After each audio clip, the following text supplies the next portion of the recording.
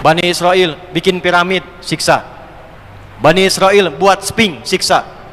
Terjadinya di masa ini. Sampai kemudian terlahirlah sekitaran tahun 1400-an seorang sosok yang bahkan sempat diramalkan oleh dukun-dukun di era Firaun. Dukun sudah ada tuh, tapi kelak mereka tobat ya. Dukun Firaun aja tobat, masa dukun sekarang nggak tobat tuh kan? Nah, kata dukun-dukunnya akan ada seorang anak laki-laki. Saya tolong fokus di sini, karena ini yang akan saya sampaikan dari akar mula pertama kali konflik terjadi kekinian dengan semua karakteristiknya. Saya mohon maaf sebentar, yang ini paham tidak? Jelas ya? Kalau jelas, mohon izinkan saya untuk menghapus dulu, karena saya akan masuk ke inti bahasanya, ke konflik sekarang ya.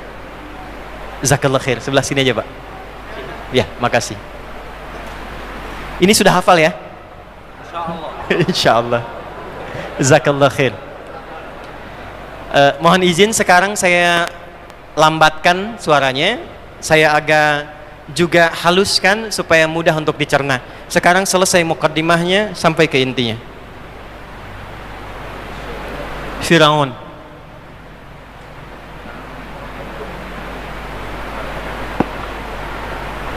Eranya berganti. Bani Israel yang punya privilege, bahasa keren sekarang, kemudian berganti, mereka ada di bawah, jadilah budak. Dan itu generasi yang cukup lama. Ingat, tidak disebutkan siapa namanya sosok ini. Ini gelarnya. Kalau di Quran tidak disebutkan siapa nama detailnya, kapan kejadiannya. Ini memberikan kesan bahwa sifat-sifat dan karakter ini akan terjadi lagi di masa depan dengan tokoh yang berbeda, tapi dengan cara yang sama. Ingat itu baik-baik ya. Maka nggak usah dicari ya, nggak usah dicari siapa nama sejatinya, itu nggak ada kerjaan ya, karena yang dimaksudkan itu hikmahnya, bukan nama aslinya ya. Turunkan ke sini, ada ramalan akan datanglah lahir seorang bayi laki-laki yang akan menghancurkan kerajaan Firaun ini. Maka keluarlah dekrit dari sini. 1, lakukan spionase yang sangat terukur. Perhatikan baik-baik ya. 1, apa ukurannya? Tempel setiap perempuan yang sedang mengandung oleh seorang intel untuk mengamati, lihat apakah lahir itu laki-laki atau perempuan. Kalau perempuan, bebas hidup. Kalau laki-laki, eksekusi langsung di hadapan ibu yang baru melahirkannya. Cara mengeksekusinya, maaf, ambil bayinya, lempar ke bawah, dan gorok berkali-kali sampai dia wafat. Kalau disembeli tapi tidak dijatuhkan, itu bahasa Arab disebut nahar namanya. Unta itu disembeli tapi tidak dijatuhkan, makanya unta disebut dengan nahar. Inna a'tainakal kautsar fashalli lirabbika wanhar. Karena unta nggak dijatuhkan dulu, langsung nahar namanya. Di sini di wilayah naharnya, dekat kerongkongannya. Tapi kalau kita jatuhkan dulu seperti kambing, kerbau, sapi ya dan sejenisnya, dijatuhkan dengan lembut, lantas kemudian disembelih sekali sembelihan, itu zabaha namanya ya. Zabaha yadbahu zabha. Tapi kalau berkali-kali begini, itu zabbaha yudabbihu. Al-Baqarah ayat 49, paling kiri sebelah atas di mushaf. Wa idh najjaynakum min ali fir'auna yasumunakum su'al adzab yudzabbihuna abna'akum. Itu saking kejamnya Firaun, setiap intel itu mesti membawa pisau yang sudah tajam terasa. Kalau lahir laki-laki, bayi merah, langsung ambil, jatuhkan di hadapan ibu yang melahirkannya, gorok sekali-kali, berkali-kali sampai dia meninggal. 1. 2. Firaun membuat sistem tata negara yang didukung oleh 2 pokok yang paling kuat. 1, saya tuliskan jadi 2 berarti ke sini. Bagian pertama pendukung Firaun ini ya. Yang pertama, teman-teman sekalian, aspek militer.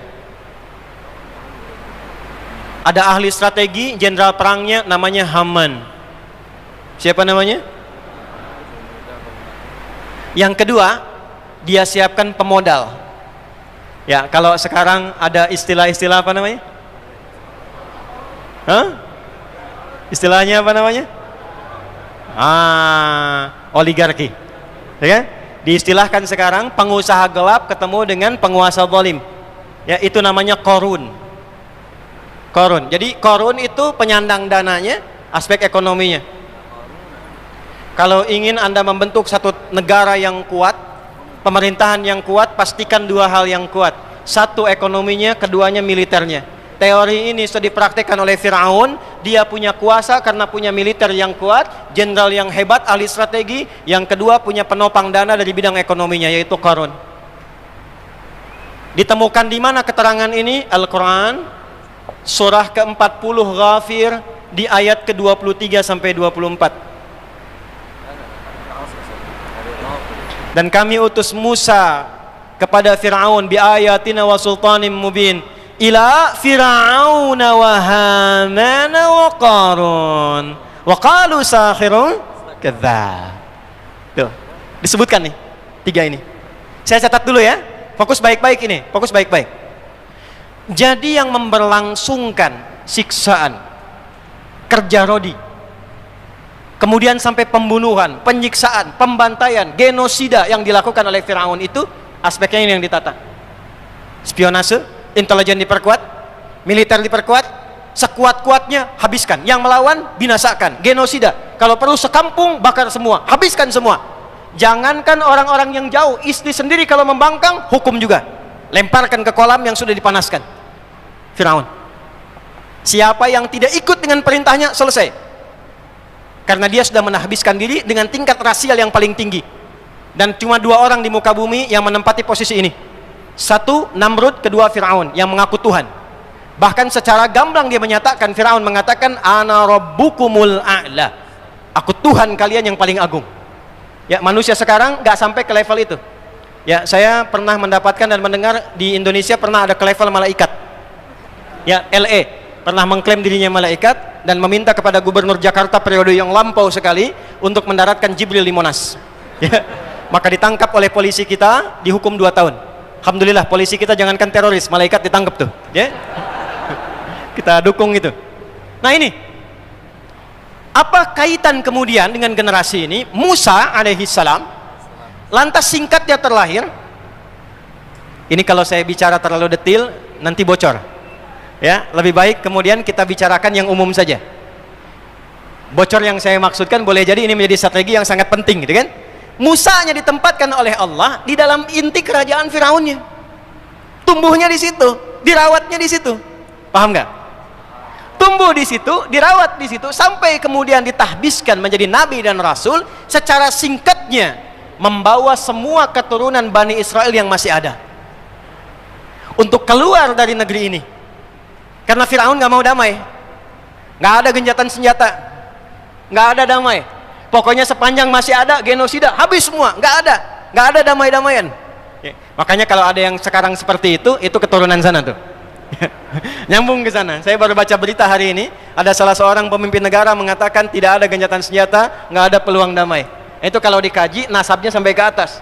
Makanya Quran benar, nggak disebutkan namanya, bukan detailnya, tapi gelarnya untuk memberikan kesan bahwa akan ditemukan orang-orang yang punya jabatan tapi sifatnya seperti ini. Balik, Musa membawa kaumnya. Karena dalam bahasa lisannya Musa, ya qaumi, kaumku. Keluar dari Mesir, fokus. Fir'aun ditenggelamkan oleh Allah di Laut Merah, persis di depan mata Musa dan semua pengikutnya.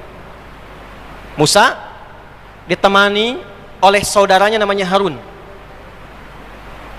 Musa punya bapak namanya Imran, bukan Imran yang bapaknya Maryam, tapi Imran yang lain.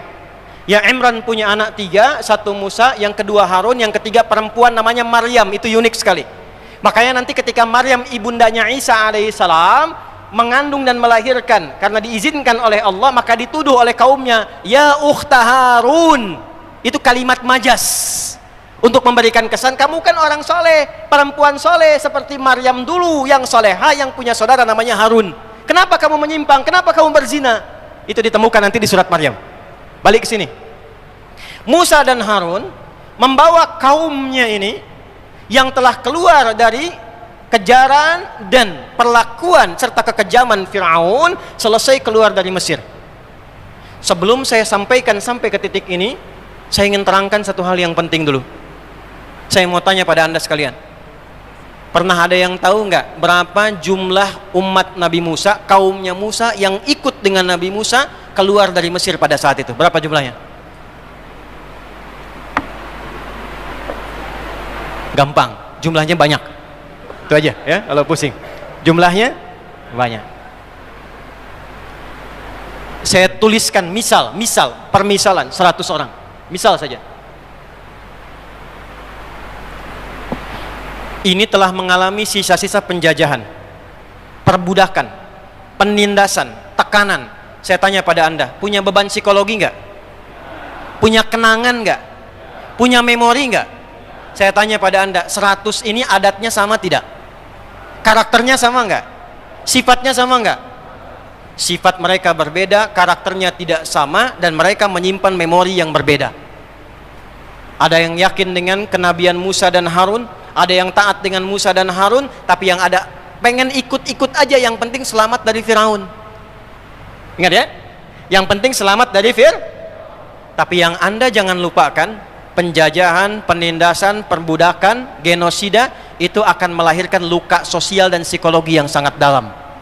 Lebih dalam daripada diputuskan cinta. Ingat baik-baik. Ingat baik-baik. Dan seringkali ketika mendapatkan kenyamanan, justru pengalaman ditindas itu dipakai untuk menindas orang lain lagi. Kalau nggak percaya gini nih, dulu saat kita berjuang nih, Bung Tomo berjuang, pahlawan kita berjuang, dari Kiai Hasim dari Jombang itu punya sayap militer, Panglima Resimennya Kiai Haji Hashim Asy'ari. Di Jawa Tengah itu masuk nanti Mr. Kasban Singa di Mejo, sampai ke Jawa Barat Kiai Haji Nur Ali itu, ya, semua berjuang. Tapi kalau kita baca sejarah, bukankah di era perjuangan itu ada pengkhianatnya? Ya, lihat pola Belanda pada masa itu, ada divide et impera, pemecah belah, ada manipulasi, ada penipuan, ada mengambil hak tanpa dibenarkan. Saya kemarin baru dari Belanda, kemudian mampir ke Delft. Tahu Delft? Ya, itu lampu merah sonoan dikit tuh. Ya. Di Delft itu tempatnya company, bahasa kitanya. Bahasa Inggrisnya company, VOC. Ternyata mereka itu kumpulan sebagian dari Yahudi yang membentuk konsorsium untuk mendapatkan sumber rempah-rempah. Itu ternyata, maaf, kantornya kecil sekali. Saya punya dokumentasinya. Cuman gudangnya besar. Kumpulan mereka itulah yang menggerakkan kemudian mereka datang ke tanah air sampai dengan ke Nusantara, sampai kemudian mempraktekkan penjajahan yang membackup pemerintah Belanda. Jadi yang membangun Belanda itu hasil pajaknya dari VOC. Berapa yang didapatkan dari VOC itu? Yang saya mau katakan, dulu waktu VOC datang, pengkhianatnya ada nggak di sini? Ada. VOC waktu itu mengadu domba tidak? Adu domba. Menipu tidak? Menipu. Pangeran Diponegoro kan ditipu, ya kan? Mengagresi tidak? Mengagresi.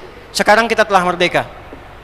17 Agustus tahun 1945 kita merdeka sampai dengan sekarang. Pertanyaan saya, ada nggak perilaku anak negeri yang nggak jauh beda dengan perilaku penjajah masa lalu? Yang menipu ada? Ada. Ya? Yang memecah belah ada? Yang memanipulasi ada? Itu yang saya maksudkan, luka sejarah yang lama itu seringkali memberikan kesan sehingga tanpa sadar dipraktekkan pada generasi berikutnya. Inilah yang terjadi, penindasan pada era Firaun yang saya garis bawahi dengan beberapa poin ini yang akan terbawa oleh beberapa generasi yang ikut Musa ini, sehingga perilaku itu yang melekat pada mereka yang dipraktekkan di kemudian hari. Ini saya kotak ini. Ini nggak akan saya hapus, dan tolong jangan dihapus kalau saya minta hapus ini. Ya, keluar dari Mesir, selesai. Maka perintahnya dari Allah Subhanahu wa Ta'ala, satu, Musa ambil wahyu 10 perintah, 10 commandment, masuk ke Tur Sinai sekarang, wilayah Mesir. Sudah 40 hari 40 malam. Apa yang terjadi? Tadi kan saya katakan, dari yang banyak ini taruhlah 100 orang, kan nggak semuanya sama. Ada yang taat sama Musa dan Harun, ada yang ikut-ikutan. Yang ikut-ikutan ini mulai menyimpang. Harun, ini Tuhan yang nyelamatin kita, mana wujudnya? Nggak seru bertuhan nggak kelihatan. Ya, Tolong dong tampakkan supaya kita bisa kreatif dikit, nikmat ngelihatnya. Maka muncul kemudian kreativitas itu dari Samiri. Bid'ah pertama yang dilakukan pada masa itu. Samiri membuat Tuhan-Tuhanan. Makanya nanti kalaupun mereka mengklaim masuk surga, surganya surga-surgaan. Ya? Tuhan-Tuhanan dari lembu, kemudian disembah dan sebagainya. Singkatnya, keluar Musa, turun, marah melihat itu, dihancurkan semua. Lalu 70 orang dipilih oleh Musa yang baik-baik. Makanya saya tulis 100. Yang tadi selesai. Kalian ini bagaimana? Belum basah, belum kering tapak kaki kalian. Dari keselamatan yang Allah berikan dari Firaun itu sekarang sudah menyimpang dari Allah. Marah Musa. Bahkan saudaranya ditarik jenggotnya tuh. Kamu kerjanya apa, Harun? Kata Harun, ya Musa, jangan begini, khawatirnya kita jadi fitnah nanti. Ya. Maka ketika tenang Musa itu, apa yang terjadi kemudian? Quran surah ke-7 ayat 155.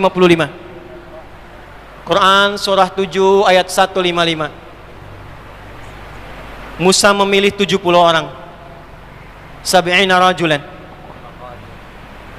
Di bawah 70 orang ini yang soleh-soleh, limiqatina, untuk minta tobat kepada Allah Subhanahu wa taala. Ya Allah, aku akui mereka memang salah. Tapi engkau kalau mau hukum, ya hukum saya sekalian di sini dengan hamba-hambamu yang soleh. Ya kan? Perhatikan cara Nabi itu kalau memohon itu dengan menggunakan kalimat menyentuh sehingga sulit kemudian ya untuk ditolak. Sulit untuk ditolak. Kalau rahmat pasti diberikan, kalau permintaan pasti dikabulkan. Maka apa yang terjadi? Allah sampaikan, yang salah tetap dihukum, yang baik-baik diberikan kebaikan. Maka ketika diterima taubat mereka itu, mereka mengatakan, inna hudna ilaika. Ayat 156-nya. Paling kiri sebelah atas. Quran surah 7 ayat 156. Inna hudna ilaika. Hudna, kami kembali tobat kepadamu ya Allah untuk mendapatkan dan mengikuti petunjukmu. Hudna, kata dasarnya, pelakunya disebut dengan hadu, sifat keadaannya disebut dengan Yahud, orangnya disebut dengan Yahudi. Ketemu Yahudi sekarang? Bani Israel sudah ada? Yahudi sudah ada? Baik, jadi hudna ilaika. Orang-orang yang bertobatnya disebut dengan hadu. Hadu di Quran surah kedua ayat ke-62. Innalladzina amanu walladzina hadu wan nasara, dan seterusnya ayat. Al-Yahud pertama ditemukan di Al-Baqarah ayat 120. Walan tarda ankal yahudu walan nasara hatta tattabi'a millatahum. Ini asal katanya. Ada yang membaca dari garis silsilah disambungkan ke Yahuda ke sini. Jadi Yahudi itu umatnya generasi yang tersambung sampai ke Nabi Musa, sampai ke kini, yang kalau ditelusuri generasinya ke sini, ke Yahuda. Jelas? Tapi yang lebih kuat, karena generasi ini sudah selesai, sudah bercampur semuanya, sudah berbaur semuanya, secara DNA itu sudah semua menyebar, maka yang paling mudah dipahami timbangannya kembali kepada Al-Quran. Wa muhaiminan alaih. Ini hudna ilaih. Jadi Yahudi itu asalnya sifat, karakter yang menunjukkan komitmen untuk taubat. Yahudi itu orang taubat yang pengen baik lagi, yang pengen tidak musyrik lagi, yang tidak membunuh lagi, yang tidak ngeyel lagi. Itulah Yahudi. Jelas sampai sini? Baik, kita temukan ini ya. Udah. Lalu apa yang terjadi? Diterima taubatnya oleh Allah, lalu turunlah ayat 157. Saya terima taubat kalian semua, kata Allah, mulai sekarang kalian ikuti petunjuk Musa ini, petunjuk Harun ini, sampai datang nabi terakhir, alladzina yattabi'una an-nabi rasulan nabiyyal ummiyya, sampai datang risalah penutup Musa, sampaikan pada kaummu sekarang. Generasi kalian akan terus melampaui zamannya, terus hadir lagi keturunan, terus hadir keturunan, sampai nanti lahir keturunan terakhir akan bertemu dengan sosok nabi yang paling agung, nabi yang paling hebat, sifatnya ummi, namanya Muhammad sallallahu alaihi wasallam. Maka disebutkanlah nama Muhammad dalam kitab mereka Taurat, sampai kemudian dilestarikan sampai ketemu di puncak nabi yang terakhir sebelum kedatangan Nabi Muhammad sallallahu alaihi wasallam, yaitu Nabi Isa alaihi salam. Jadi nama Nabi Muhammad tersebut dalam Taurat, tersebut dalam Injil, tersebut dalam kitab-kitab sebelumnya. Sudah disebutkan. Maka singkatnya, menerima mereka semua, lalu kemana kami ya Allah belum menemukan tempat sekarang? Maka disebutkanlah kemudian firman Allah, balik lagi ke tempat asal yang engkau di situ dapat diterima dengan damai. Bapak moyangmu pernah di situ, Ibrahim alaihissalam, Ishak lahir di situ, Yakub pernah tumbuh di situ, hidup damai dengan orang-orang yang ada di sana. Balik ke sana lagi. Maka dibimbing ya mereka itu semua untuk memasuki kembali bumi Palestina yang tadi sudah dihapus. Kesini lagi. Al-Maidah dari ayat 21 sampai dengan 24. Ya, dari kanan dulu ke bawah. Ya qaumi dukhulul ardal muqaddasata allati kataballahu lakum. Wahai kaumku, kata Musa, ayo Allah sudah tetapkan nih tempat yang paling aman buat kita semua, dijamin damai dengan penduduk aslinya. Jadi ke situ itu bukan untuk menguasai, bukan untuk mengklaim itu negeri kami, bukan. Perintah Allahnya datang ke situ supaya bergaul dengan penduduk negerinya, yang memang mereka kakek moyangnya dulu pernah tinggal di situ, akrab dengan penduduknya. Kalau ke situ ngikuti sistemnya, ikut damai hidupnya, tenang di dalamnya, jangan bikin ulah lagi. Bukan diminta untuk mengklaim ini tanah engkau, bukan. Nggak ada begitu. Ya, jadi hoax kalau ada klaim demikian. Jelas ya? Ya, kalau disebutkan, ya maaf, dalam kitab-kitab yang disucikan, saya tidak sebutkan namanya, Anda sudah tahu. Misalnya ada persepsi demikian, maka itu hoax yang paling populer di muka bumi saat ini. Ya, saya berani mengatakan demikian karena di kitabnya juga tercantum seperti itu. Jelas sampai sini? Oke. Balik ke sini, belum selesai, sabar ya. Yuk berangkat. Apa komen mereka? Begitu Musa perintahkan, ya Musa inna fiha qauman jabbarin. Musa nggak mau ah. Di sana banyak orang-orang kuat. Wah, kuat mereka itu, hebat-hebat. Ya qauman jabbarin, yang kuat, yang kokoh, yang hebat-hebat. Ada sebagian tafsir menyebutkan itulah suku Palestina. Makanya kalau sekarang berjuang hebat-hebat, kuat-kuat, kokoh dan sebagainya, dari dulu emang begitu. Musa nggak mau ah. Di sana sudah ada golongan kuat, hebat-hebat, keras mereka itu, kami nggak mau masuk. Yang paling dahsyatnya, lihat komennya di ayat 24-nya. Izhab anta wa rabbuka faqatila inna hahuna qa'idun. Kalau masih maksa, Musa kamu aja dengan Tuhanmu pergi dulu ke sana, taklukkan dulu Palestina. Kalau sudah menang, kabari kami di sini. Kami duduk-duduk dulu. Kalau udah menang, kabari, baru kita masuk sama-sama. Tolong catat kalimat ini. Ini menunjukkan bahwa DNA dari Yahudi yang terbawa sampai umatnya Musa yang selamat itu tetap membawa sifat ketakutan yang dalam. Bahasa kerennya sekarang ada sifat pengecutnya. Ketakutan yang dalam. Saya tulis ya, 1, 2, 3, 4. Penakut.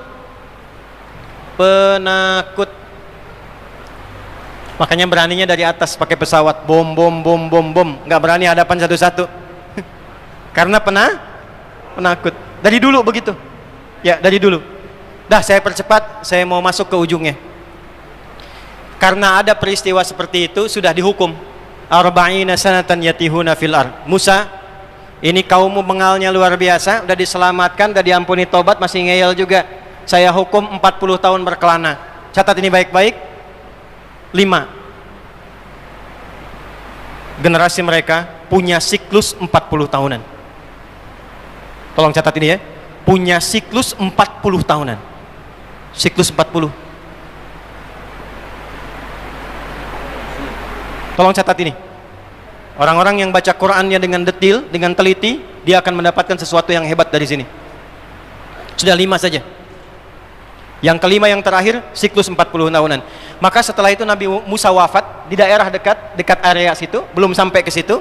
Setelah 40 tahun, itu Musanya wafat, Harunnya wafat, sebagian generasi tadi wafat, ada sebagian yang beranak pinak sampai melahirkan kemudian ada satu generasi dibimbing oleh satu orang yang sangat saleh, yang dia pernah menjadi asisten Nabi Musa saat bertemu Khadir. Ya, Khadir alaihi salam. Jadi kalau baca dengan benar bukan Khidir tapi Khadir. Ya, Khadir. Di surat Al-Kahf masih ingat ada 4 kisah viral? Kisah pemuda 1, Kisah dua orang sahabat, yang satu kaya, yang satu sederhana dan saleh, yang ketiga Musa dengan Khadir, yang keempat Dzulkarnain. Nah, bukankah Anda masih ingat yang menemani Nabi Musa untuk menemukan Khadir itu siapa?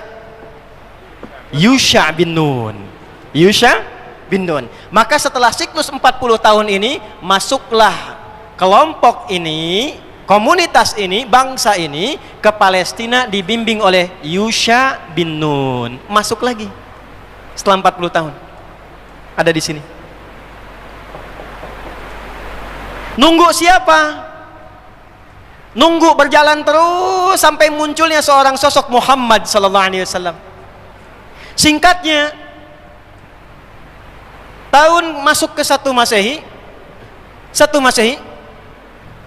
lahirlah Isa alaihi salam. Isa bin Maryam.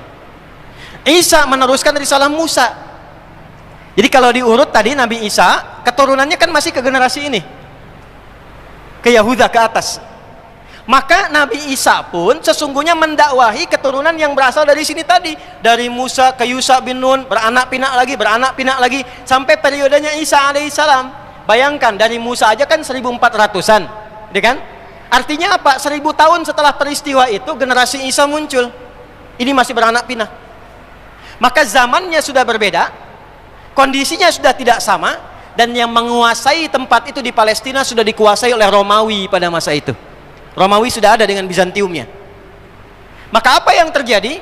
Nabi Isa diutus menjadi nabi dan rasul, diberikan oleh Allah kitab. Standar nabi itu punya kitab.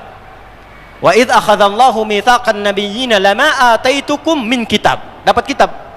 Maka diberi nama kitabnya Nabi Isa untuk membedakan dengan kitabnya Nabi Musa. Kalau Musa itu Taurat, kalau Isa itu apa? Injil. Tapi kaumnya generasi yang sama, generasi keturunan dari umatnya Musa.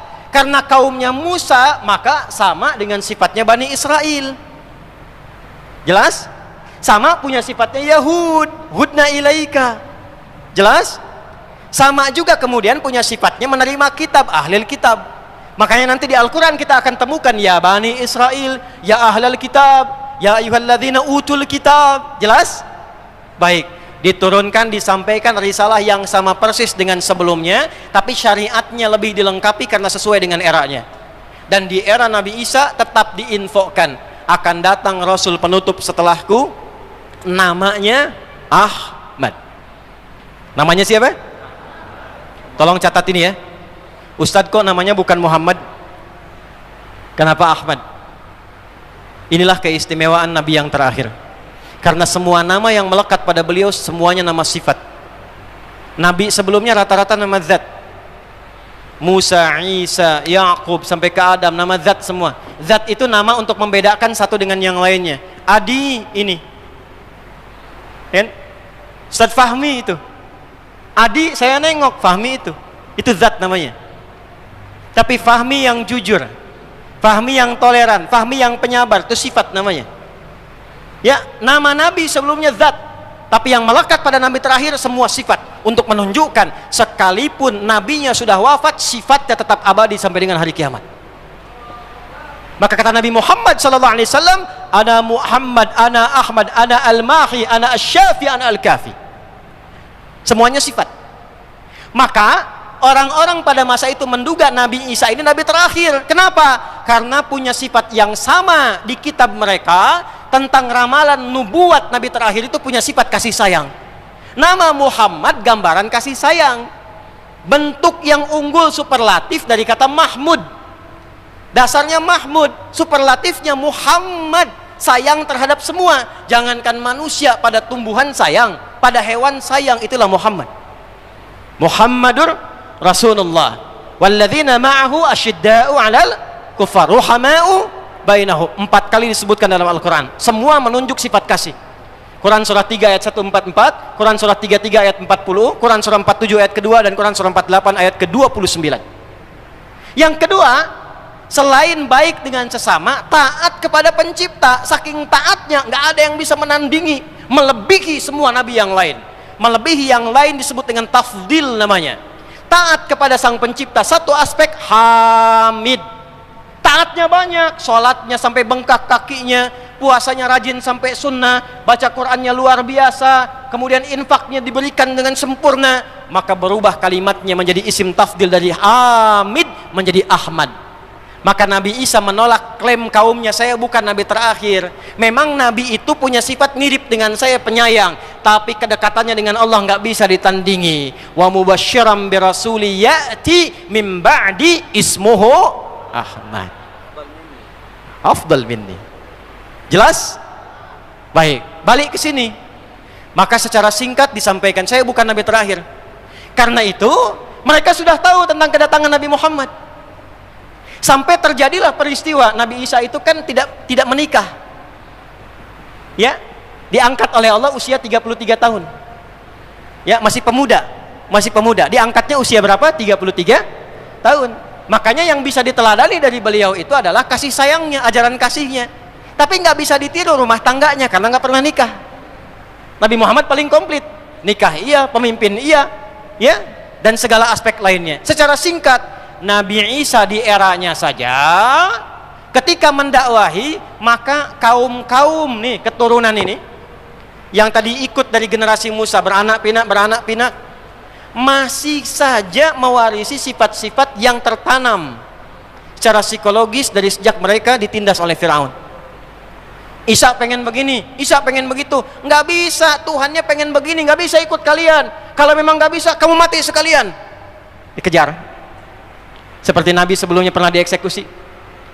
Nabi Zakaria itu dibunuh, Nabi Yahya itu dibunuh, dan Nabi Isa pun dikejar untuk disalib dan dibunuh.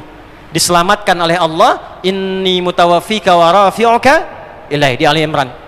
Nabi Isa-nya diangkat, diserupakan di antara mereka, lalu kemudian itulah yang disalib. Secara singkat, orang-orang ini kemudian berkehidupan di situ, di bawah kekuasaan Romawi, berkembang, muncul ide kemudian, bagaimana kalau kita berontak saja kepada penguasa ini?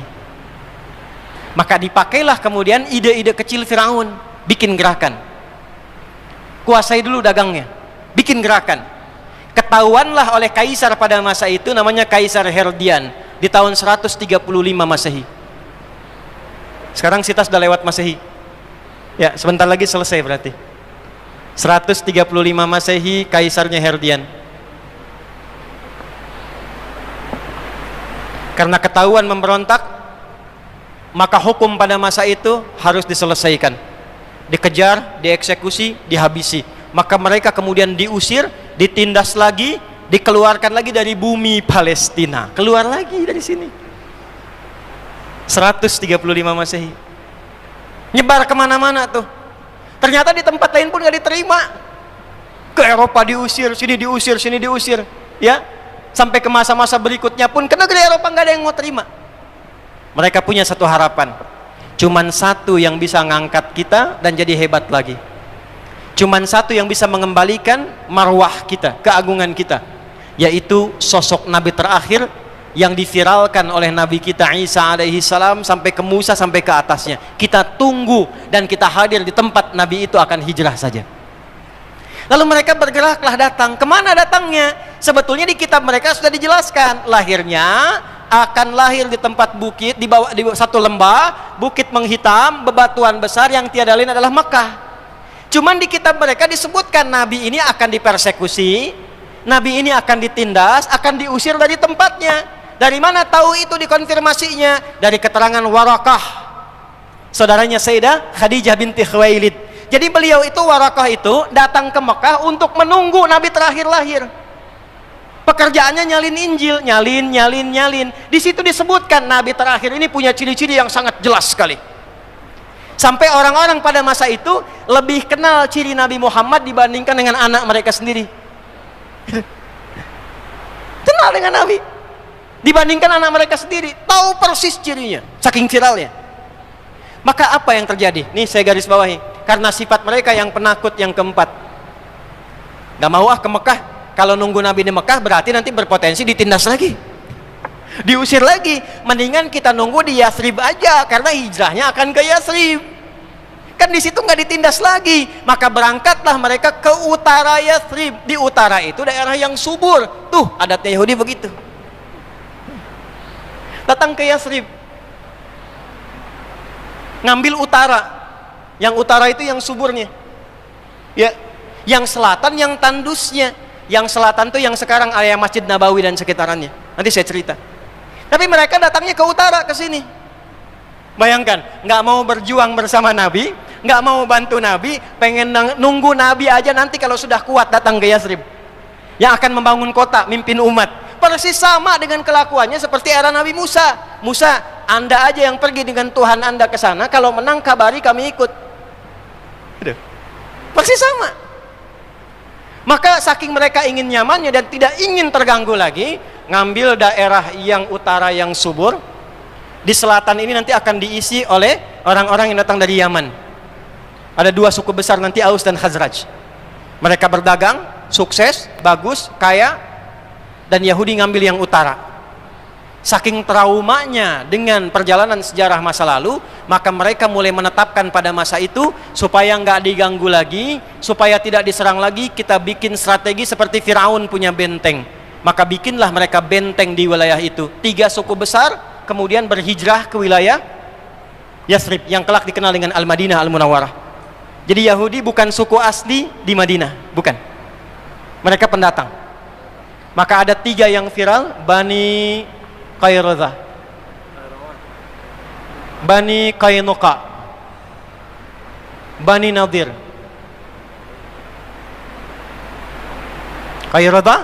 Qaynuqa, Bani Nadir, plus 12 suku yang lain. Teman-teman, itu saat datang, baru menetap beberapa waktu, sudah membuat sayap militer. Setiap 3 suku yang besar itu sudah punya 700 pasukan militer. Belajar dari mana? Firaun. Ini yang saya tuliskan. Mereka bikin benteng seperti Firaun bikin benteng di istananya. Sampai sekarang puing-puingnya masih ada, terutama bentengnya Ka'ab bin Ashraf. Nanti yang ikut umrah saya tunjukkan sebelah mana lokasinya insyaallah. Nanti di surat Al-Hasyr akan ditemukan rahasianya. Wa dhannu annahum mani'atuhum husunuhum minallahi. Husun itu benteng, bikin benteng yang kokoh. Berlapis-lapis. Lapis pertama ada perimeter lagi, tokohnya di tengah-tengah. Bikin kekuatan militer. Kalau kita ingin kuat di sini, kuasai militer. Bikin sayap militer, setiap suku punya 700 pasukan. Kedua, gerakan ekonomi. Bikin pasar. Gimana supaya kuat? Lihat Firaun. Harus ada oligarkinya. Ini yang harus dikuasai. Maka apa yang terjadi? Bikin seperti korunnya. Maka apa yang dilakukan? Seperti Firaun memecah belah rakyatnya, pecah belah Aus dan Khazraj. Yang tadinya akur, yang tadinya baik, dipecah sampai mereka berkelahi puluhan tahun gak pernah damai, dan menjadi pertengkaran yang sangat luar biasa dahsyatnya. Kalau wafat di Aus, mesti meninggal di Khazraj. Selesai. Maka pada saat itu Yathrib dikuasai oleh Yahudi. Perputaran pasar ekonominya plus kekuatan militernya. Dan punya spionase, agen-agen intelijen yang cukup kuat mereka pada masa itu, sehingga disegani. Di situasi itulah kemudian mereka menunggu datangnya Nabi Muhammad sallallahu alaihi wasallam. Belum selesai, Mas. Mau duduk silakan. Mereka menunggu Nabi Muhammad sallallahu alaihi wasallam. Jadi datang ke Madinah itu, datang ke Yathrib itu untuk nunggu Nabi Muhammad. Nunggu Nabi Muhammad. Yang menarik apa? Begitu mereka klaim dan diabadikan di dalam Al-Quran, dari mulai kitabnya, Al-Quran, dari nabinya Muhammad sudah tahu itu. Di kitabnya ada di Al-Quran ayat ke-89, walamma ja'ahum kitabum min indillahi musaddiqan lima wa kanu min qablu yastaftihuna 'ala alladhina kafaru falamma ja'ahum ma'arafu kafaru bi. Mereka udah nungguin Qurannya. Nabinya Al-Baqarah ayat 101, walamma ja'ahum rasulun min indillah. Tuh. Mereka dah nunggu rasulnya, tahu akan ada Quran, sudah tahu. Ketika nabinya datang ke Yathrib, ke Madinah, nabi datang ke situ, ternyata mereka mendapat realita, nabi yang mereka tunggu itu bukan dari keturunan yang mereka harapkan. Mereka berharapnya ingin membangkitkan kembali keunggulan mereka, ras mereka, turunan mereka, silsilah mereka. Pengennya dari jalurnya siapa? Jalurnya Bani Israel. Jalurnya ke atas, Yakub, Ishak, Ibrahim. Ternyata yang dipilih oleh Allah jalurnya Ismail alaihi salam. Maka apa komen mereka? Diabadikan komentar ini oleh Imam Ibnu Jarir At-Tabari dalam kitabnya Jami'ul Bayan an Ta'wili Ayatil Quran, dikenal dengan tafsir Al-Imam At-Tabari, 16 jilid. Jilid pertama halaman 113 paling kiri sebelah atas. Maka komennya apa? Ya Muhammadun innaka nabiyyun mab'utsun. Benar, memang engkau nabi yang diutus. Tapi Anda diutusnya bukan untuk kami. Walakin lastalana walakinnaka bu'itsta li ghairina. Tapi sayangnya Anda bukan diutus untuk kami, Anda diutus untuk kaum selain kami. Tuh, Yahudi tuh. Yang datang ke Madinah mereka, yang nungguin Nabi mereka, yang tahu sifatnya mereka, yang tahu tandanya mereka. Begitu datang Nabi yang mereka harapkan, mereka sendiri yang ngeyel, mereka sendiri yang ngeles dan mengatakan, memang Anda Nabi yang diutus, cuman sayang Tuhan ngutusnya bukan untuk kami, untuk kaum selain kami. Sifatnya muncul lagi. Maka apa yang terjadi? Karena nggak sesuai dengan harapan, muncullah kemudian karakter-karakter yang lama sudah tertanam. Eksekusi nih nggak sesuai dengan spek kita. Tuh, apa yang terjadi? Spionase dipakai, mulai diperalat ahli Madinah. Abdullah bin Ubay bin Salul, tokoh munafik Madinah, didekati. Memang orang ini datang ke sini memecah belah aja nih Muhammad nih. Kalau dia bikin masjid, kita bikin masjid lagi aja. Tuh, diganggu semua, pasar diganggu, semua diganggu. Nabi ingin stabilkan pasar, diganggu. Akhirnya apa yang terjadi? Nabi bijak, turun wahyu, perintahkan, udah bikin perdamaian, bikin piagam kesepakatan. Maka disitulah kemudian dibuat kesepakatan piagam Madinah, kurang lebih 29 poin. Dan yang paling menarik, yang dipakai hukumnya masing-masing keyakinan. Orang Islam dengan hukum Islam, Yahudi hukum Yahudi, Nasrani hukum Nasrani. Apa yang terjadi? Tetap khianat juga. Di antara kesepakatannya, kalau urusan bangsa dan negara harus saling membantu. Terjadi serangan dari luar, siap perang Badar itu, yang berangkat siapa? Cuma orang Islam, ini nggak bantu. Begitu perang Uhud, oke, kita bantu, kirim dia pasukan. Di tengah-tengah sepertiga pasukan itu dari 1.300 keluar. Puncaknya apa? Kita kerjain Muhammad, lempar aja pakai batu dari atas, undang ke benteng kita dari atas, turunkan batu kepadanya, timpakan langsung. Maka turun wahyu, diberitakan lewat malaikat Jibril, Muhammad jangan datang, kau dijebak, balik lagi.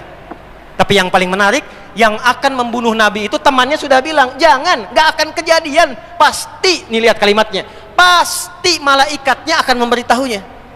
Dan terjadi. Puncaknya pemberontakan. Begitu terjadi pemberontakan, keluarlah hukum, yang memberontak mesti dikepung, mesti dikeluarkan dari Madinah. Maka dikepunglah semua golongan bani-bani itu, ya, Bani Qayradah, Bani Nadir, Bani Qaynuqa, dikepung semua, dikeluarkan dari Madinah. Pengepungan itu diabadikan dalam surat Al-Hasyr. Tadinya mereka tidak ada yang optimis, nggak mungkin bisa kita kalahkan nih, bentengnya terlalu kuat, nggak mungkin dikalahkan, nggak mungkin dikalahkan. Bentengnya terlalu kuat, militernya terlalu kuat, strateginya terlalu kuat, sampai Nabi mengatakan, cuma ada dua cara yang Allah sampaikan kepada kita untuk mengalahkan itu. Satu, walaupun benteng mereka itu kuat, tapi Allah telah tanamkan di hati mereka sesuatu yang melemahkan benteng mereka, yaitu sifat ketakutan yang sangat dalam. Ya, Al-Baqarah ayat 78 sampai dengan ayat 80. Ya, fi qulubina ghulf balla'nahumullahu bikufrihim faqalilan ma yu'minun. Jadi di hatinya itu sudah ada ketakutan yang mendalam. Karena takut, maka mereka membuat parameter-parameter, takut sekali. Maka ada satu yang harus dilakukan sebelum kemudian itu terjadi. Maka yang paling atasnya itu, pimpinan atasnya, ya, itu harus diambil sifat takutnya itu, untuk diambil masuk ke dalam jantungnya sekalian. Maka dirumuskan strategi. Nabi angkat tangannya, kata Nabi, siapa yang bisa membawa kepadaku Ka'ab bin Ashraf, itu tokohnya pada masa itu. Maka Muhammad bin Aslamah mengacungkan tangannya, dia mengajak kerabatnya, gimana caranya kita membuat strategi bisa masuk ke wilayah bentengnya. Maka disusun strategi, bagaimana caranya. Secara singkatnya, Yahudi itu gampangnya senang dagang. Maka dibawa diplomasi, dia katakan, Ka'ab bin Ashraf, saya mau dagang nih, ya. Oh, engkau kan temannya Muhammad. Enggak, saya udah benci sama Muhammad. Maka nyamar dia. Ya, maka bagaimana caranya? Dia buktikan dengan menghina Rasulullah, tapi sudah minta izin pada Nabi. Satu-satunya manusia yang diizinkan menghina Nabi cuma Muhammad sallallahu. Satu orang dibolehkan. Dia mencela Nabi karena itu dia yakin, oke, kalau gitu saya yakin kamu teman saya. Maka kalau kamu mau pinjam uang kepada saya, kan mau pinjam uang tuh buat modal, ya, secara singkatnya. Jaminannya apa? Inilah bengisnya Yahudi. Jaminannya anak kamu, istri kamu dulu, istri kamu. Makanya mereka sekarang menculik anak-anak, menculik perempuan, dibawa bukan untuk apa-apa, supaya jadi jaminan. Itu sudah dari dulu karakternya. Itu akarnya. Antum sekarang melihatnya hanya, oh ini Hamas bawa tawanan culik. Ya akhi, otaknya dipakai sedikit lah. Ya, itu sebelum terjadi, yang di sana tuh udah nyulik duluan. Anak-anak diculik, perempuan diculik, orang tua diculik, dan bukan 1-2 orang. Tanya sama teman-teman kita nih, ratusan ribuan orang diculik. Supaya apa? Jadi jaminan keamanan. Itu jaminan keamanan. Akhirnya apa yang terjadi? Dia masuk, sudah dia datang ke tempat orang, dia bikin benteng di situ, dia ambil pasarnya, dia monopoli tempatnya, dia jauhkan orangnya, dia pecah belah kemudian masyarakat yang ada di situ. Itu bukan hanya terjadi sekarang, zaman Nabi sudah begitu, tempatnya di Yathrib. Makanya komen para sejarawan, pasar terburuk setelah Kufah itu Yathrib pada masa itu, sebelum dibenahi oleh Nabi. Jadi datang ke situ, mengeksploitasi wilayahnya, ambil yang paling subur, kemudian tindas orang-orangnya, kuasai pasarnya, kemudian tindas orang-orang sekitarannya, ambil pasarnya, dan kuasai militernya. Itu mereka. Maka kemudian, nggak bisa lah, masa orang sehebat engkau mengambil istri kami, setampan engkau mengambil istri kami. Kalau begitu, kata Ka'ab bin Ashraf, anak kamu saja. Nanti apa kata orang-orang Yahudi yang lain, kaum kamu itu, masa bangsawan Yahudi cuma ngambil anak orang? Kalau gitu bagaimana kalau senjata kalian saja? Maka 3 orang ini sepakat, baik, senjata kami akan kami kumpulkan sebagai jaminan pinjam modal darimu. Saat pinjam senjata itu, itulah strateginya bagaimana masuk ke benteng Yahudi tetap membawa senjata. Pada masa itulah masuk kemudian ke dalamnya, senjata masih dibawa. Lalu Ka'ab bin Ashraf ini, maaf teman-teman sekalian, itu orangnya modis, selalu pakai parfum, dan selalu ganti-ganti perempuan. Malam itu baru nikah dengan istri yang baru. Saat akan malam pertama, kata istrinya, ada panggilan dari luar kan, Ka'ab keluar, kita ada janji. Kata istrinya, jangan keluar suamiku, saya mencium bau tetesan darah di luar. Kata suaminya, nggak mungkin, tenang aja, ini kan benteng yang kuat. Keluar dia. Begitu keluar, secara singkatnya dicium oleh sahabat tadi, engkau wangi sekali, ajak jalan-jalan, karena luas sekali. Ajak jalan-jalan, begitu pengen nyium lagi, boleh nggak cium lagi, tundukkan kepalamu sedikit. Begitu ditundukkan, lantas kemudian dieksekusi, dibawa kemudian kepalanya diserahkan kepada Nabi Sallallahu Alaihi Wasallam. Begitu yang atasnya itu dapat, maka ciut nyali ke bawahnya semua. Itu yang menjadikan kalau komandan-komandannya itu di lapangan tuh kena satu, yang lain ciut semua, nggak ada yang mau berani. Makanya yang disewa tentara bayaran dari luar. Paham nggak sampai sini? Gitu. Makanya pakai pesawat, bum bum bum bum bum, nggak ada yang pengen langsung. Kenapa? Karena memang DNA-nya penakut. DNA-nya penakut. Jangankan kenal pesawat, dengar takbirnya, dengar takbirnya, Allahu Akbar, lari semua tuh. Nggak percaya nanti ada masanya. Dengar takbir lari semua. Maka apa yang terjadi teman-teman sekalian? Dikepung semuanya, berlaku hukum mereka. Karena memberontak, kepung keluar. Maka dikepunglah benteng itu. Ketika dikepung itu mereka takut. Jadi cuma 2 cara mengalahkannya. Imma dikepung sehingga lemah kekuatannya, atau diambil tokoh-tokohnya, ditukar dengan sandera-sandera yang ada. Jadi wajar kalau sekarang ngambil itu bukan untuk mengeksekusi pada dasarnya. Tapi memang fitrah mereka begitu. Kalau nggak begitu, nggak mau ditukar dengan ribuan tahanan yang sudah disiksa itu. Itu. Jelas sampai sini? Oke, selesai. Kalau sudah paham, bersih Madinah dari Yahudi. Dan itu karena perilaku mereka sendiri, bukan karena nabinya. Kalau di sekolah berlaku hukum, kalau ada anak merokok, kepala sekolah mengeluarkan. Tiba-tiba ada satu anak merokok, kepala sekolah mengeluarkan. Pertanyaan saya, dia dikeluarkan oleh kepala sekolah dari sekolah itu, apakah karena kepala sekolahnya atau pelanggarannya? Pelanggarannya. Maka jangan katakan Nabi mengusir orang Yahudi dari Madinah. Yahudi keluar dari Madinah karena pelanggaran mereka sendiri yang memberontak, dan keluarnya karena hukum mereka. Di kitab mereka dituliskan kalau memberontak, keluar, diusir dari tempatnya, dan hukuman mati bagi yang memberontaknya. Itu hukum mereka sendiri. Keluar. Sudah? Berubah kotanya jadi tenang, Yahudi sudah nggak ada, tenang makmur, maka dari Yathrib berubah jadi Al-Madinah Al-Munawwarah. Kemana Yahudi? Nyebar lagi. Ke Eropa nggak punya tempat tinggal, ke Austria diusir, ke Jerman kemudian disiksa dan sebagainya, nyebar. Singkatnya diterima oleh satu kesultanan pada masa itu yang punya wilayah cukup luas, dikenal dengan Turki Utsmani, Kekaisaran Ottoman. Maka di mana mereka bisa diterima? Karena di tempat lain nggak ada yang mau terima. Balikin lagi ke firman Allah, Ardul Muqaddasah. Maka ditampunglah di bumi Palestina. Dari mulai abad ke-18 masuk ke situ lagi, secara singkat karena saya percepat waktunya mau habis. Masuk ke situ, damai di situ. Damai, tenang, bisa hidup lagi, bisa dagang lagi, bisa nyaman lagi, sampai musibah muncul 1924. Umat Islamnya sudah jarang ngaji lagi, sibuk dengan diri sendiri, terpecah-pecah, sudah saling menyalahkan, gara-gara kunut gak kenal saudara, gara-gara bismillah jahar dan sir sudah gak kenal lagi, sudah beda manhaj, sudah bid'ah-bid'ahan. Assalamualaikum akhi, beda manhaj. Allahumma hadina fi man hadait, bid'ah. Karena umat Islamnya lemah, terpecah-pecah, sibuk sendiri, saling merendahkan, jauh dari Al-Quran, i'tisamnya hilang, ukhuwahnya terpecah, maka kelemahan itu dibaca oleh orang-orang yang tidak suka dengan kedamaian. Maka yang terjadi apa? Mereka berkembang lagi. 1924 habis semua, hilang. Yahudi melobi, dia kuasai ekonomi dulu, kembali ke awal. Ekonomi dikuasai. Sampai punya lobby yang kuat mengendalikan pemerintahan dunia. Inggris diminta dibuat perjanjian Balfour secara cepat, tiba-tiba dibagi-bagi. Turki Utsmani kalah, masuk kemudian ke situ. Cerdasnya Sultan pada masa itu, beliau mewakafkan wilayah Ardul Muqaddasah sebagai wakaf agama. Yang sekarang otoritasnya Yordania menjaga itu. Dulu orang Islam menjaga di bumi Palestina, jaga betul. Maka apa yang terjadi? Setelah mereka masuk dipecah, terjadilah bencana Nakbah 1948. Maka cara masuknya persis sama ketika masuk ke Madinah, persis sama yang dilakukan oleh Fir'aun, pecah belah dulu, bagi dua wilayahnya, masuk ke tengah-tengah, putus hubungan antara utara dengan selatan, barat dengan timur, putuskan dulu. Maka dibagi dua kemudian oleh mereka, secara cepat saja dibagi dua wilayahnya. Mereka masuk ke tengah dari kecil, yang lain masih sadar, masih protes. Maka tahun 1967 terjadi kemudian protes dari 3 negara, aksi militer keluar.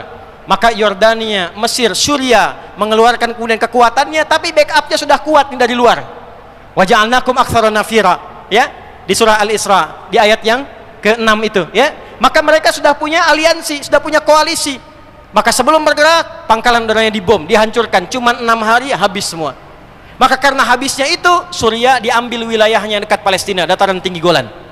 Di situ ada Bukit Zion, ya. Kemudian yang dari Yordania diambil tepi baratnya, Ramallah diambil, ya. Kemudian yang dari Mesir diambil 2 bagian, Sinai dengan Gaza dikuasai 1967. Maka beberapa bulan setelah itu berkumpullah 8 negara di bulan September, bertempat di Sudan. Beberapa negara Arab plus Afrika. Afrikanya ada Mesir dengan Sudan. Maka Saudi datang ke sana, Yordania datang ke sana, Syria datang ke sana. Mereka mengeluarkan apa yang disebut dengan resolusi Khurtum. Resolusi Khurtum. Poinnya 7. Yang 7 ini disingkat jadi 3 yang pokok, disebut dengan la'atut thalath. 3 nouns, 3 penolakan. 3 penolakan, ya. Tidak mengakui Zionis, Yahudi. Tidak ada damai dengan Yahudi, dan tidak pernah membangun hubungan diplomatik dengan Yahudi. Siapa Yahudi yang dimaksud di sini? Itulah yang dimaksud gerakan baru, bukan Yahudi pada umumnya, bukan.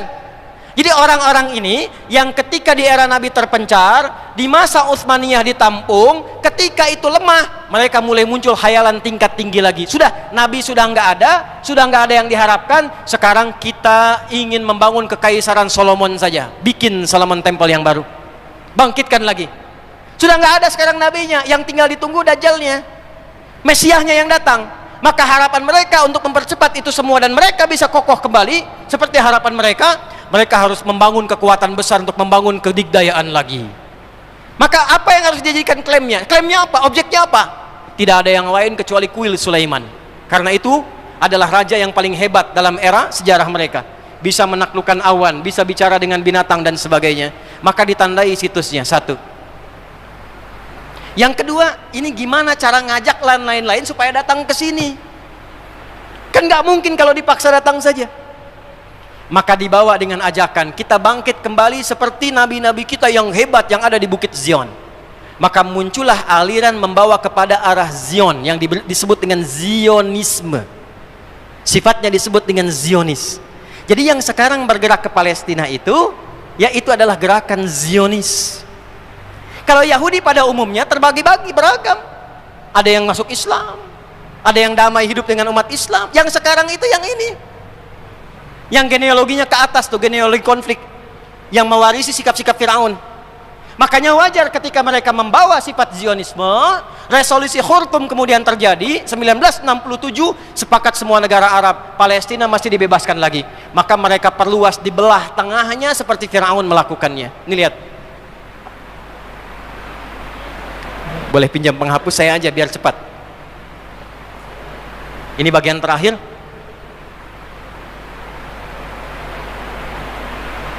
Ya, saya akan berhenti. Ini Palestina. Udah? Ini tepi barat. Ya, yang dekat ke Jordan. Ramallah, Al-Quds, wilayah sini. Ini kita gambarkan yang Gaza saja.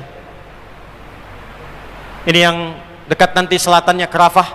Utaranya yang ada rumah sakit kita ini, yang sekarang sedang terancam di utara nih. Ya, yang teman-teman ada di sini. Gambarkan di sini aja biar cepatnya. Ini semua Palestina. Di peta awal namanya juga Palestina. Peta silahkan putar. Ya, saya punya, tadi saya katakan saya punya Bible yang edisi internasional. Yang depannya ada petanya. Itu 1200 tahun sebelum Masehi. Itu tertulisnya Palestina. Dan masih ada tulisan Gaza. Gaza. Mereka masuk lewat tengah, dibelah. Seperti Firaun dulu pernah membelah. Supaya tidak terkoneksi antara utara dengan selatannya. Ya, udah. Tutup begini, biarkan yang ini, biarkan yang ini. Lalu apa yang dipakai? Nih, kekuatan intelijennya. Ambil salah satu untuk diprovokasi, seperti Aus dan Khazraj dibuat fitnah. Nanti mana yang berhasil, itu yang disupport, kirimkan ke sana uangnya, kirimkan pendanaannya, support supaya terpecah visinya, supaya nggak menyatu ini dengan ini, supaya masing-masing bikin faksi sendiri, masuk lewat tengah. Maka apa yang terjadi? Ya, setelah 1148 Nakbah. Ya, Nakbah itu tragedi, bencana. Datang mereka ke situ mendeklarasikan sebuah negara, entah dari mana tiba ajalnya, tiba datangnya, berdiri negara, muncul di tengah-tengah, dibagi dua seperti itu. Maka pertama berdiri PLO, sekitar 1150-an, dengan tokohnya Yasir Arafat, Allah yarham alaih. Ya, Palestina Liberation Organization. Itu berjuang dengan sayap militer, dengan tenaga, dengan pikiran, dengan semuanya, gabung semua di situ. Maka apa yang terjadi? Setelah 1167 gagal tadi yang 3 negara, sepakat 8 negara, tapi yang terjadi ternyata jauh panggang dari api. Masuk awal tahun 70-an, yang 8 ini mulai kemudian melunak, mulai menyalahi komitmen yang renounce, yang la'at salas itu. Mulai buka hubungan diplomatik. Padahal yang 3 itu mengatakan tidak ada hubungan diplomatik. Tidak ada kerjasama, tidak ada pengakuan, tidak ada damai. Itu semua dilanggar, semua buka hubungan kerjasama. Baik yang langsung ataupun yang diam-diam. Dalam keadaan itulah kemudian perjuangannya sulit mendapatkan dukungan. Dan kalau Anda menelusuri sejarah, ternyata tahun 1931 sudah ada orang-orang dari Indonesia. Walaupun Indonesianya belum lahir, yang sudah berangkat sampai ke Gaza. Yang pemimpinnya yang berada di Mesir pada masa itu dan bertemu dengan Syekh Al-Amin Al-Husaini, namanya siapa? Masih ingat? Kiai Haji Kahar Muzakir. Kiai Haji Kahar Muzakir menggerakkan 6 orang pemuda dari Mesir untuk ikut berjuang, bahkan berjuang dengan militer. Ada yang namanya Jaka, ada yang dari Lampung, ada yang dari NTB, ya, ada yang dari NTB, ada yang dari Lampung, ada yang dari mana-mana. 6 orang berjuang sampai syahid di sana. Ya, ada yang datang ke sana. Dulu masih perjuangan, karena kenapa? Palestina. Mereka juga membela perjuangan kita di sini, kita pun mendukung perjuangan mereka di sana. Ya, makanya ketika kita akan deklarasi kemerdekaan 9 September 1944, Syekh Muhammad Al-Amin Al-Husaini itu mensupport sampai berangkat di Jerman, di radio Jerman, itu mereka mendukung melalui Syekh Muhammad Al-Amin Al-Husaini, mufti pertama yang memberikan dukungan kemerdekaan Indonesia dari Palestina, dari Yerusalem beliau. Ya, negara pertamanya Mesir, mufti pertamanya dari Palestina. Dibalas itu dengan Kiai Haji Ahmad Muzakir, ya, yang beliau datang kemudian ke sana, Kahar Muzakir datang ke sana, memimpin, membawa dengan tulisan-tulisan yang tulisan itu diabadikan kelak. Nanti ada di Suara Muhammadiyah, ada juga di edisi Mujtama yang di copy paste tulisannya oleh Babeh Ridwan Saidi kemudian hari. Sampai sekarang masih bisa diakses tulisannya. Jadi saya mau katakan hubungan Indonesia dengan Palestina itu hubungan yang sangat dalam, sudah jauh-jauh hari, sudah masa sebelum kemerdekaan, saling support kemerdekaan. Jadi kalau sekarang ada di Indonesia yang kunutnya untuk Palestina, donasinya untuk Palestina, hartanya untuk Palestina, pikirannya untuk Palestina, karena memang kita satu dengan Palestina. Tapi yang mau saya katakan tadi, karena sudah nggak ada harapan, maka sebagian bangkit. Maka muncullah Syekh Yasin, Ahmad Yasin. Syekh Yasin ini menarik. Beliau berangkat ke Mesir tahun 1155-56, belajar di Al-Azhar. Ditangkap oleh rezim pada masa itu karena diduga ikut dengan gerakan Ikhwanul Muslimin. Dulu Jamal Abdul Nasir itu sahabatan dengan Syekh Hasan Al-Banna, sahabatan dua-duanya itu. Cuma karena beda pandangan politik, kemudian beda pandangan, maka gerakan Syekh Al-Banna kemudian dimatikan. Singkatnya begitulah. Ya, dianggap kemudian menyimpang karena masalah politik dan kita nggak ikut-ikut ke sana. Singkatnya bagaimana? Syekh Yasin datang tahun 50-an ke sana, kemudian ke Al-Azhar, ditangkap, dikira gabung ke gerakan Ikhwanul Muslimin. Beliau bingung, nggak tahu kok ditangkap. Setelah kemudian diteliti, diidentifikasi, ternyata nggak terlibat.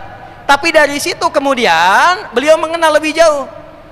Ikut ke situ, ikut gerakannya, ikut kemudian apa yang dilakukan dari gerakan-gerakan tarbiyahnya, sampai pada tanggal 14 Desember tahun 1987 ketika melihat realita tidak ada yang berjuang lagi, sementara anak-anak ditawan, perempuan dibunuh, orang di jalanan ditembak begitu saja, masyarakat dipecah belah, Al-Aqsa semakin digali semakin dekat, tidak ada yang mempertahankan, sementara dunia Islam di luar tidur semua.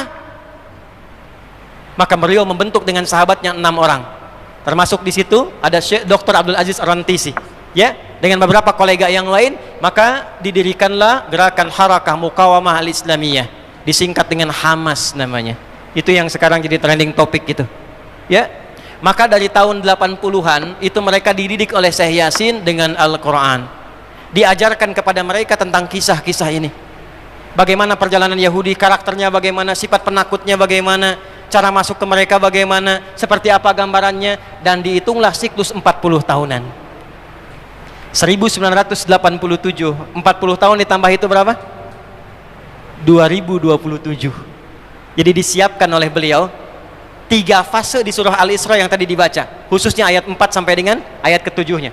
Wa qadayna ila bani Israila fil kitab la tufsidunna fil ardi marrataini wa la ta'lunna 'uluwan kabira. Bani Israel itu, kata Allah, sudah tetap perjalanannya dari sejak generasinya ini berjalan selalu merusak dan mewarisi karakter-karakter tadi. Ya, lompat sedikit, ini mau kita tutup nih. Masih ingat ayat di Quran Al-Baqarah ayat 65?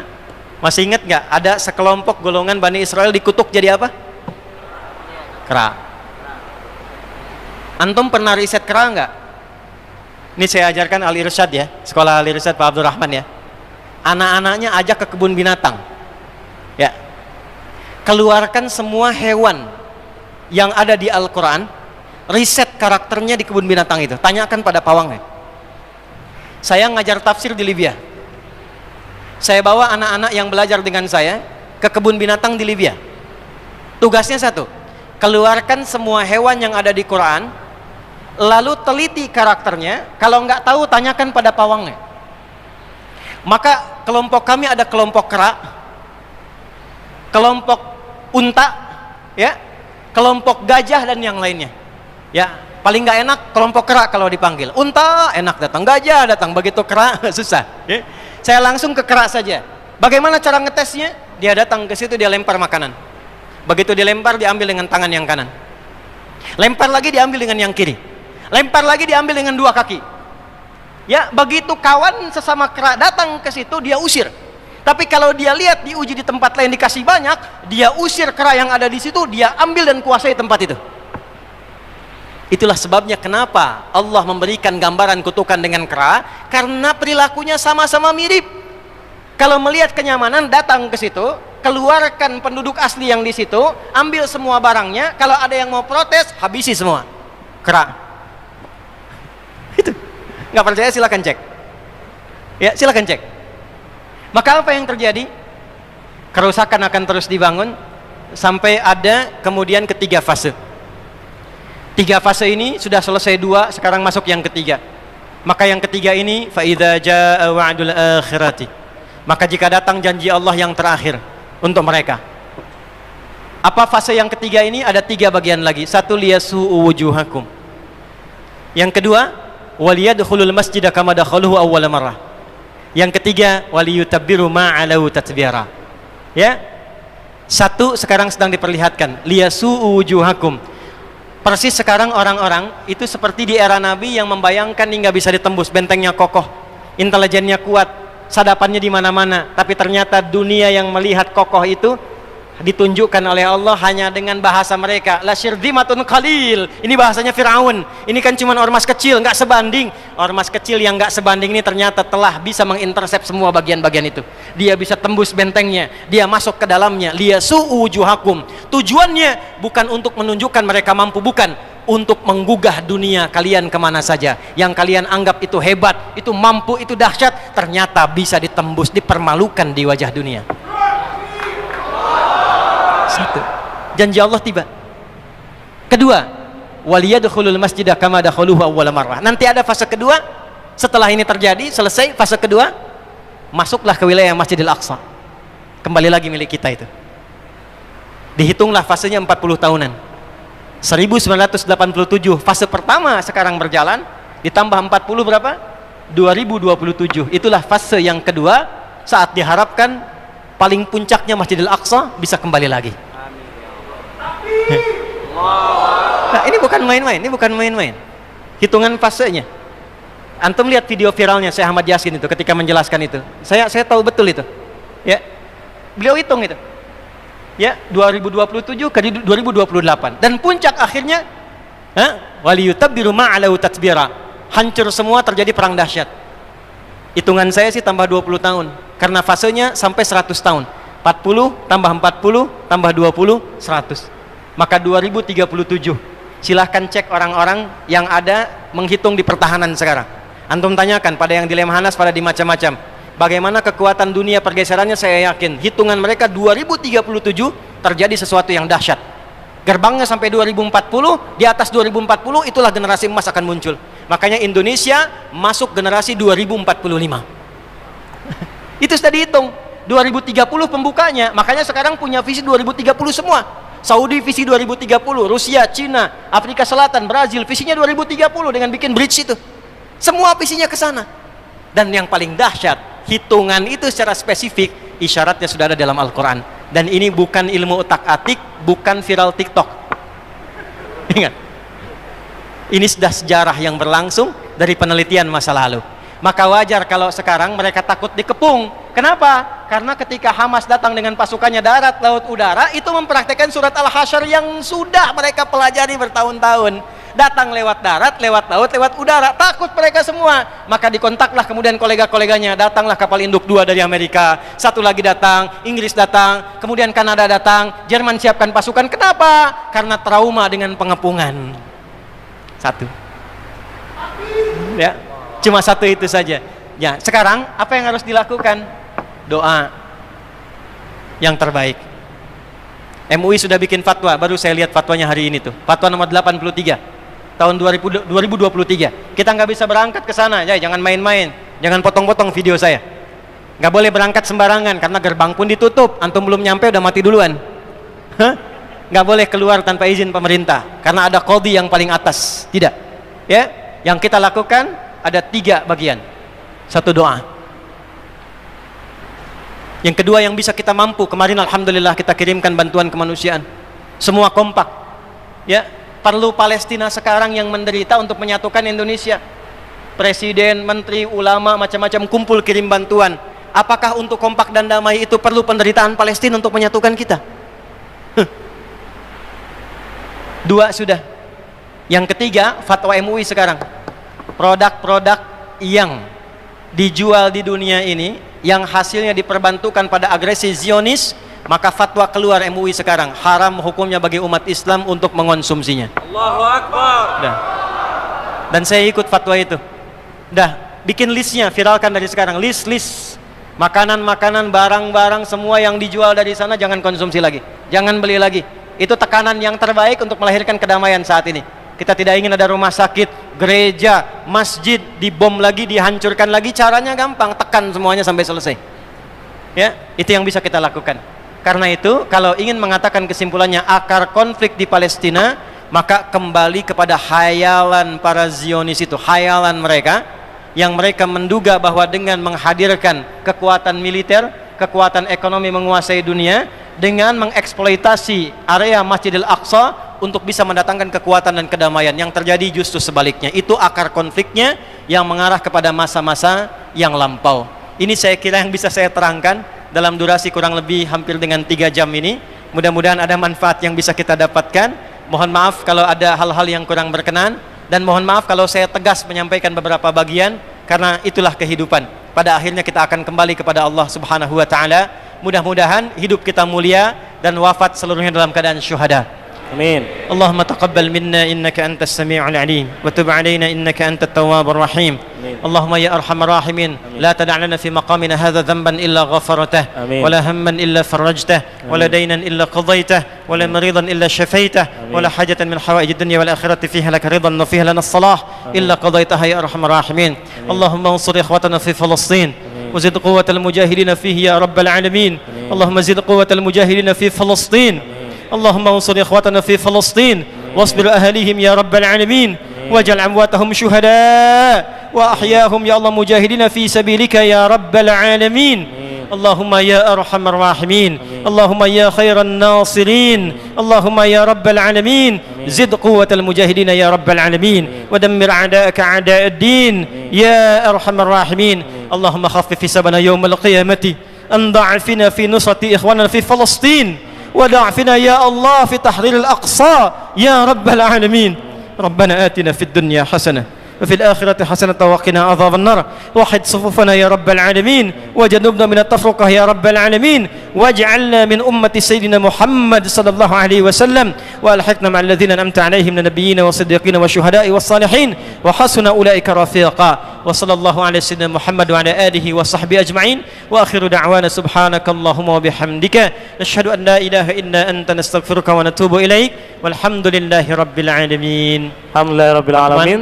Izin sebelum ditutup, saya izin menyampaikan setelah ini ditutup, mohon izin berikan saya akses karena saya akan bersambung di Surabaya besok subuh insyaallah dengan materi yang baru, membangun generasi yang maju dan mencerahkan di Masjid Universitas Muhammadiyah Surabaya esok subuh berjamaah insyaallah. Assalamualaikum warahmatullahi wabarakatuh. Waalaikumsalam warahmatullahi wabarakatuh. Dan berikutnya ada